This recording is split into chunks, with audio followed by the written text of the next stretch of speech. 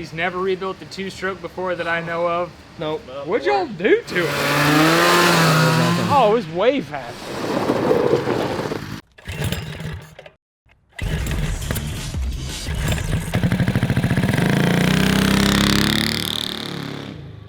Today on Cars and Cameras, a simple seal change turns into a complete engine rebuild on our 440cc two-stroke Murray Kilowatt, but it transforms the performance of the go-kart in the end. We're gonna have another drag rail episode out for you on Wednesday. We had to buy a little bit more time with our lack of spark situation, but knock on wood, we should have a video of the rail running on methanol for the first time coming Wednesday, so be sure to keep an eye out for that. Anyway, enjoy the episode.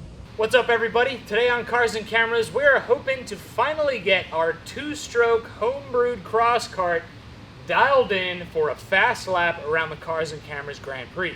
And last week, this thing was ripping. I mean, the butt dyno, the scale was looking great, but the crank seal blew out. And it just, I mean, it kind of halted the fun right there.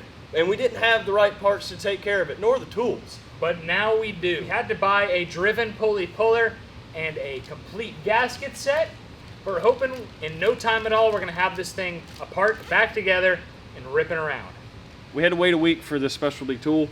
It pulls this driven pulley off the crankshaft, and this threads into the pulley. At the same time, this is pushing onto the crankshaft, so it kind of works with each other, and this goes in and the pulley comes off. So this shank right here is what goes into the threaded part of the crankshaft, which allows us to pull this without damaging anything.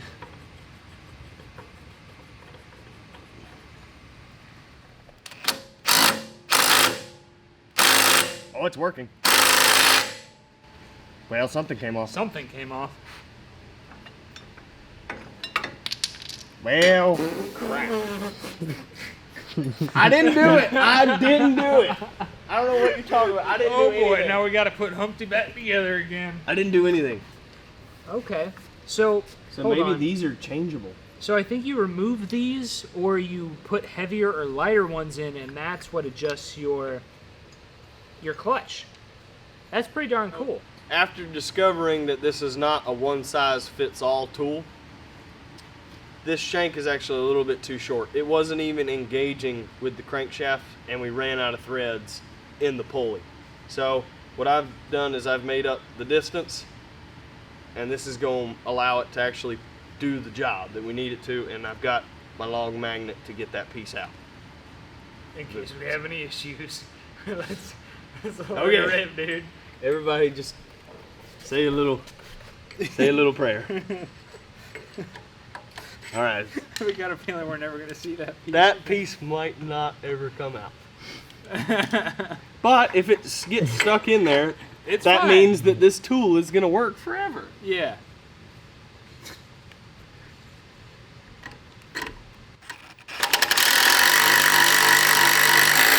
Okay. Because Ike might want to see.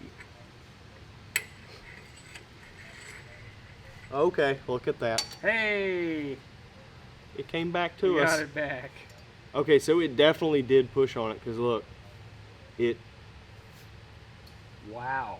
Yeah. That was a lot of force on there. it bent that. Like, I don't know if you can see that, but it, yeah. So what I was worried about it doing was actually correct. It bending and actually possibly getting stuck in there.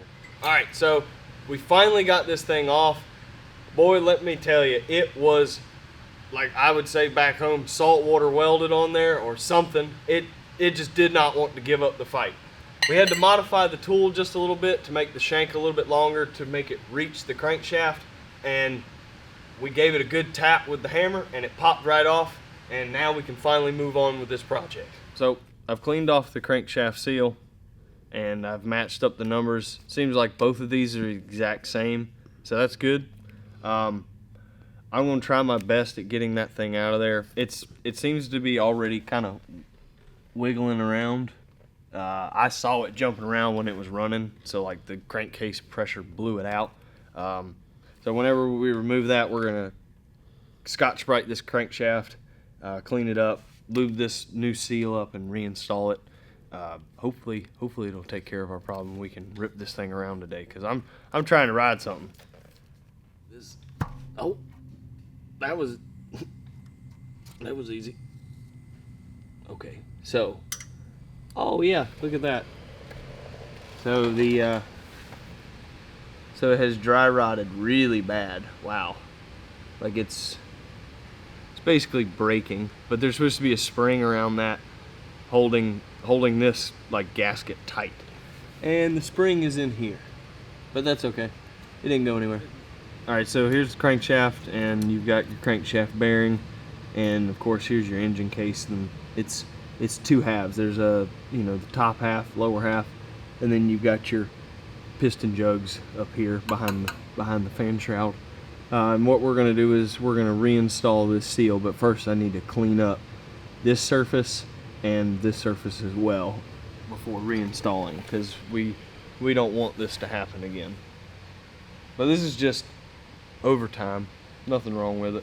I'm not trying to spray the brake clean directly in there, because I don't want to wash any lubricant that's in that bearing out. So this crankshaft seal is different than like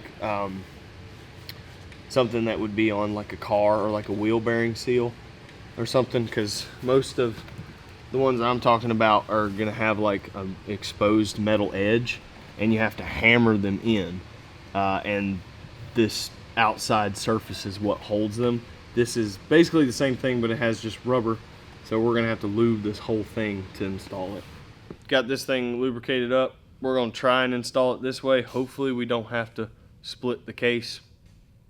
We're just gonna be gentle with this one.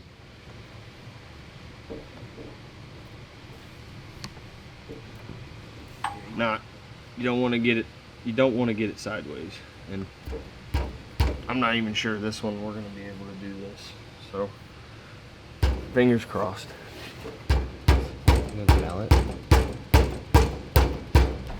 I don't think it's gonna get past that edge. You can't get a good swing anywhere with this. Boy, oh boy.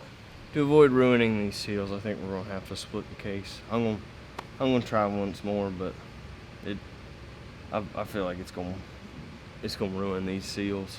Bad news, but good news. Good news is we're gonna do this the right way, but bad news is we have to split the bottom end.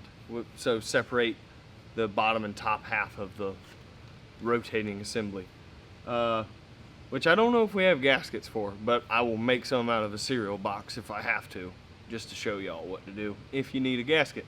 But yeah, I guess we need to start by removing the carburetor, exhaust, throttle cable, and then we'll pull the engine and get it over on the table, and yeah, we'll pick up the camera at some point whenever I'm scratching my head and hopefully not throwing anything. Okay, so now we're like mid tear down of splitting the case, and we noticed that we got a really bad head gasket. I think head gasket. I'm not a two-stroke fanatic. I don't really know the full terminology, but we're already soaking our head bolts. Since this gasket kit did come with those, we're gonna go ahead and replace both of them probably. And now that I'm already splitting the case, we're gonna replace both crank seals. So if this thing ever shows up in an event, it's actually gonna run perfect. What a wild ride this has been. So we've cut the engine out of the cart, as you can see, and I'm separating the engine, or separating the case. Sorry, I'm trying to focus on what I'm doing. I need to finish like getting it up evenly.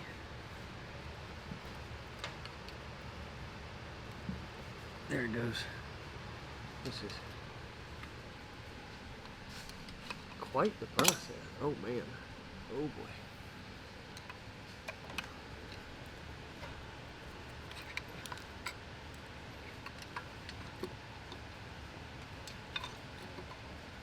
All right, this is. Oh. All right, cool. Looks pretty cool. Nasty, but cool. We're gonna clean up some stuff. I gotta reseal that. Is there no gasket? Huh? I don't know. That doesn't look like there's a gasket, but we're gonna put one back. Oh gosh, I gotta get the vacuum cleaner over here. There's so much debris. So we got the case split. I've bumped the rotating assembly up just a little bit. I'm gonna go ahead and put that gasket in place. We're gonna pull the other old one off. Oh gosh. Yeah, see that one. The center's in much better shape, but the locking part is well hanging. Now that I've got both inner parts of the seals greased, I've reinstalled them.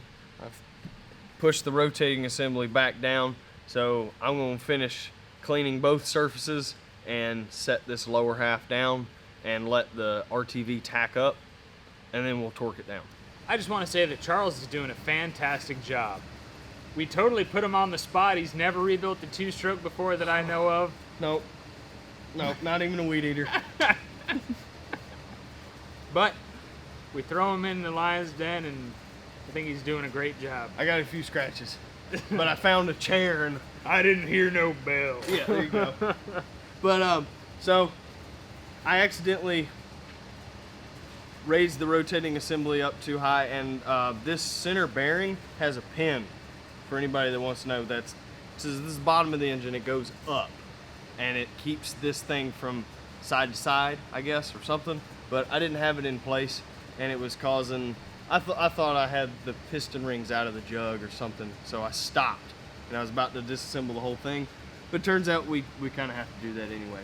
Got to separate the whole thing because we took the jug off the bottom end, and now that gasket is torn, got to replace it. It looked like it was pretty sweaty anyway, so Yeah. kind of like the head gasket. So we're doing top to bottom gasket kit on this one. Our freebie 440 is getting a couple $100 worth of labor and parts in it. It's all right. It's gonna be fast. So little did we know that this project was going to go from just a crank seal to top to bottom gasket kit on this one. So we replaced the head gasket, the base gasket, and the rotating assembly gasket, which they all needed to be taken care of and fixed. So now that that's back together, let's see if we can reinstall this engine. Oh boy. Lift with your legs, not your back.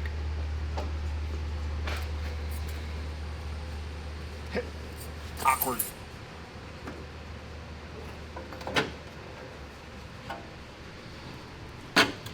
I think I missed. We got the exhaust bolted up, the carburetor hooked up, the belts hooked up. Charles did a fantastic job. Now, we're gonna be where we were this morning, firing it up, hopefully going for a rip. Here we go.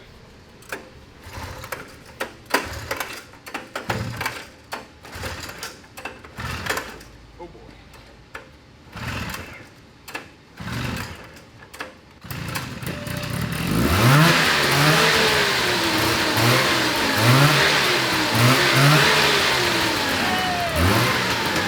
It sounds good. It sounds really good. Dude, it's got a whine. Why does it sound better? I don't know. You put the moon tune in it. To the moon. To the moon. Well. It needs to be idled up. What'd y'all do to it? Yeah. Why did it sound so good? I don't know. It kind of sounded like the 670 firing up. Yeah. It's like it. So, Usually. Charles, you want to do the honors? Yeah, I'll take it for a spin. All right.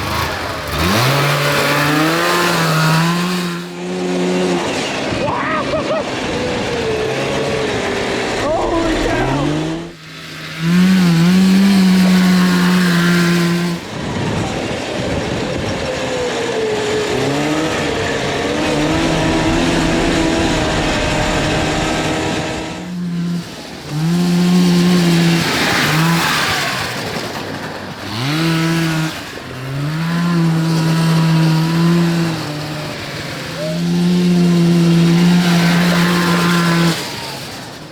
It's way faster than what it was last time. Oh, it was way faster.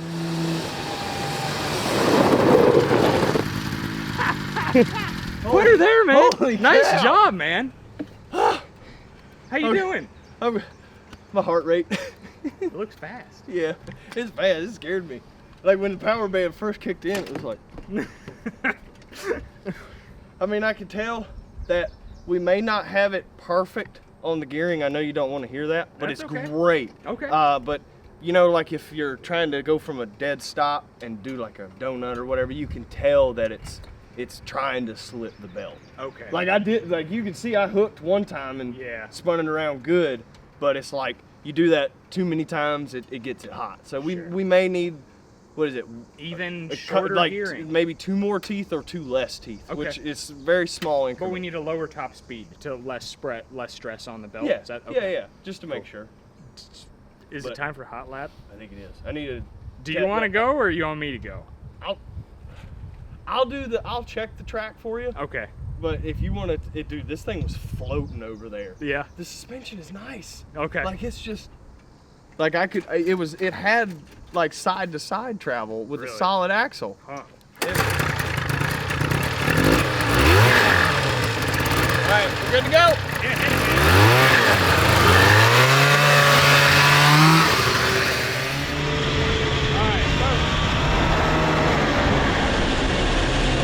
This is kind of a loud go-kart to do commentary on. But that's okay.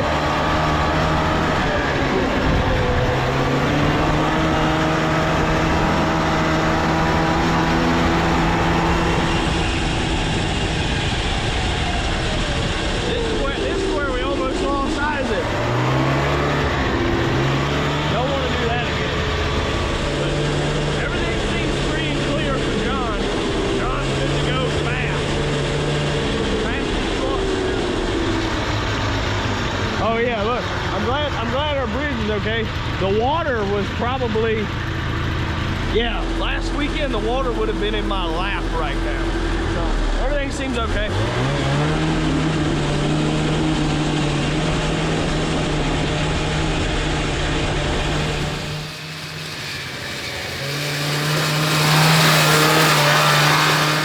No, yeah, you're just if you exhale all of your air and then brake really hard, that seatbelt gets tighter and, Oh. and then you can't breathe. and you can't. Here we go. Yep.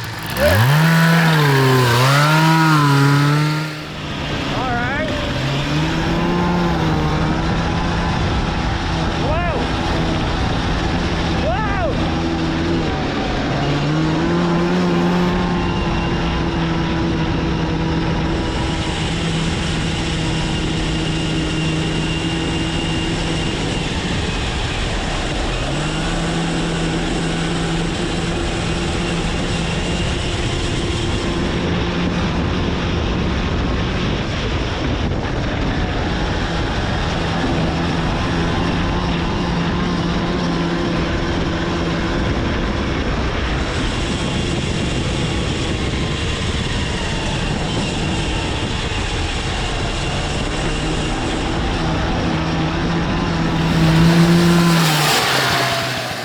Doesn't seem bad, but I swear it doesn't feel like 40 horsepower. You know what I mean?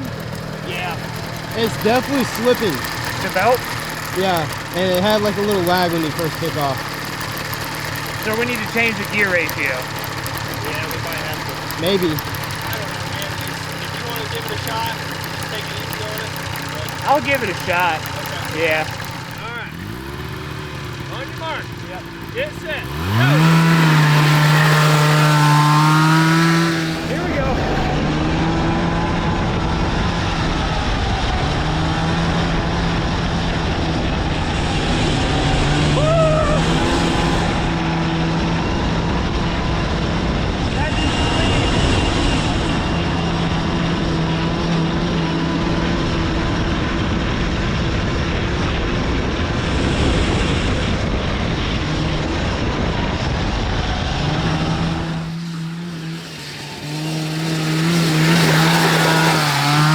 Oh, he's parking it.